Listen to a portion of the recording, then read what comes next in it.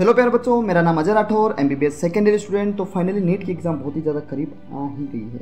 तो अगर आपके भी नीट बायोलॉजी में 300 नंबर, 320, 330, 340 स्कोर हो रहे हैं तो ये वीडियो आपके लिए नहीं है। ये वीडियो उन बच्चों के लिए है जो अभी भी 200, 250, 150, 100 के ऊपर है। अगर आप 200 से नीचे अगर आपका स्कोर आ रहा है बायोलॉजी में तो ये वीडियो आपको देखना है। सिर्फ इन 12 चैप्टर पर सबसे ज़्यादा कमांड बनानी। और जिन बच्चों के 250 नंबर आ रहे हैं, 260, 270 आ रहे हैं, उनको सबसे पहले इन 12 चैप्टर्स पर फोकस रखना है। मतलब ये दोनों ही वीडियो उन बच्चों के लिए जिनको 200 से कम आ रहे हैं और जिनको 250 तक आ रहे हैं। ठीक है, तो 12 चैप्टर मैं आपके लिए लेके आया हूँ जिससे एग्जैक्ट 200 से ज़्यादा मार्क्स आपको मिलने वाले हैं। और उन 12 चैप्टर्स में कौन से चैप्टर हैं जहाँ से सबसे ज़्यादा क्वेश्चन पूछे जा रहे हैं और उनमें से भी कौन से टॉपिक में से सबसे ज़्यादा क्वेश्चन पूछे जा रहे हैं, ये हम देखने वाले हैं। ठीक है, तो एक एक करके हम चैप्टर्स को देखते हैं।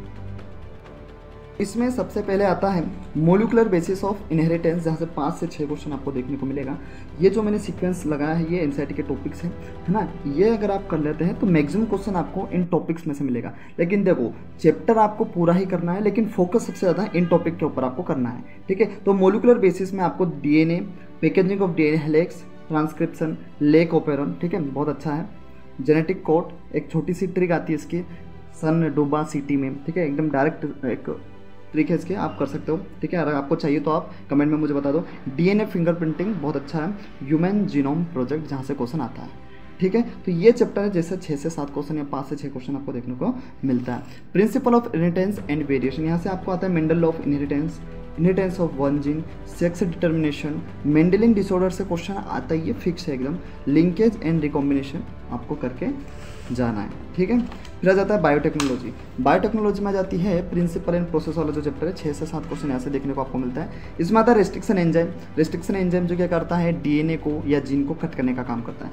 Amplification of gene of interested using PCR. PCR वाला जो है, पीसीआर में 3 वो आती है। देखो आपको बताता हूँ पीसीआर क्या होता है। डायरेक्ट इसकी ट्रिक होती है, मैंने बनाई है DAE डाई, जिसे डिनेचुरेशन, एनेलिंग और एक्सटेंशन। मैंने पूरी बायोटेक्नोलॉजी अच्छे से पढ़ाई है, आप जाके देख सकते हैं। आपके एक एक पॉइंट एनसीईआरटी का, एक एक लाइन आपके माइंड में सेट हो जाएगी। इसके साथ ही मैंने प्रीवियस ईयर के क्वेश्चन भी कराए, आप जाके देख सकते हैं। तो पीसीआर में DAE भी अगर आपको याद है तो एक क्वेश्चन यहाँ से बैठ जाता है। डिनेचुरेशन, एनेलिंग और एक्सटेंशन बहुत इंपॉर्टेंट है। Separation and isolation of DNA fragment, भाई जेल इलेक्ट्रोफोरेसिस बहुत आसान है। क्लोनिंग वेक्टर आपको करके जाना है। ठीक है, आती है बायोटेक्नोलॉजी का एप्लीकेशन। 4 से 5 क्वेश्चन यहाँ से देखने को मिलता है। जैसे बायोटेक्नोलॉजी एप्लीकेशन एग्रीकल्चर, कि अपने जेनेटिकली मॉडिफाइड क्रॉप्स बनाई है एग्रीकल्चर के लिए, है ना, बीटी कॉटन वगैरह, इसमें से क्वेश्चन आता ही आता है। मोलिकुलर डायग्नोसिस बहुत अच्छा है। जीन थेरेपी, वो एक 4 साल की लड़की थी, है ना, उसमें एडी की डेफिशिएंसी हो गई थी, मतलब बहुत अच्छी स्टोरी है इसकी, आप बढ़िया तरीके से उसको देखें। जेनेटिकली इंजीनियर्ड इंसुलिन, भाई इंसुलिन, प्रो इंसुलिन और मेच्योर इंसुलिन वाला जो एक छोटा सा टॉपिक है एनसीईआरटी में, बहुत बार रिपीट हुआ है। तो ये बायोटेक्नोलॉजी में जो कुछ 4 टॉपिक है, आपको सबसे ज़्यादा इस पर फोकस रखना है। ठीक है, सेल साइकिल और सेल डिवीजन बहुत ही अच्छा चैप्टर है और कुछ एनसीईआरटी में 3-4 पेज के अंदर ही है, जिसमें फेजेस ऑफ सेल साइकिल आपको आना चाहिए और म्यूसिस आपको बननी चाहिए। ठीक है, सेल साइकिल की जो म्यूसिस फर्स्ट है, इसमें प्रोफेज वाला जो है ना, लेप्टोटिन, जाइगोटिन, पैकेटिन, डिप्लोटिन और डाइकाइनेसिस, ये एनसीईआरटी का बस आपको ये भी इतना भी याद है, इतना भी अगर आपको याद है, ये एक पेज, यहाँ से भी आपको 1 से 2 क्वेश्चन हर साल आता है। भाई देखो, म्यूसिस फर्स्ट में प्रोफेज वाला अच्छे से पढ़ लेना। ठीक है, मैंने बता भी ये जो एक पेज आधा पेज है, इसको पढ़ लेते हो तो 1 क्वेश्चन से 2 क्वेश्चन, 3 क्वेश्चन तक कभी कभार एक ही पेज से आ जाता है। ठीक है, तो ये पेज अच्छे से पढ़ लेना है सेल साइकिल का। ठीक है, फिर बात आ जाती है बायोमोलिक्यूल्स के ऊपर। तो प्राइमरी एंड सेकेंडरी मेटाबोलाइट्स, भाई छोटा सा दिया है यार, इतना सा दिया है बस इस साइड में, छोटा सा है उसको, और एक टेबल बनी हुई है, आप उसको कर लो।